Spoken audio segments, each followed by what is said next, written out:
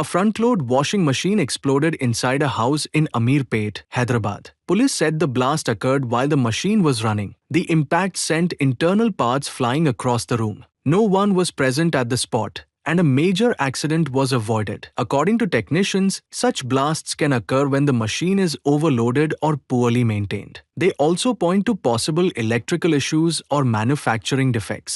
Officials are assessing the damage and checking whether the machine had any prior service complaints. ఉండుంటే చాలా పెద్ద ప్రమాదం జరిగి ఉండేది.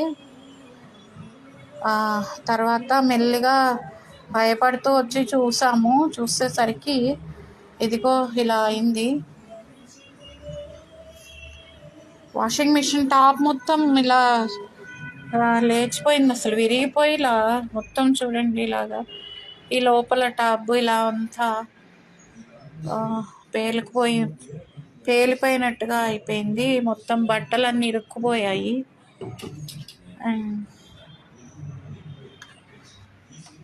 ఈ లోపల టబ్ అంతా ఇలా వంకులు తిరిగిపోయింది, బట్టలన్నీ లోపల ఇరుక్కుపోయి ఉన్నాయి.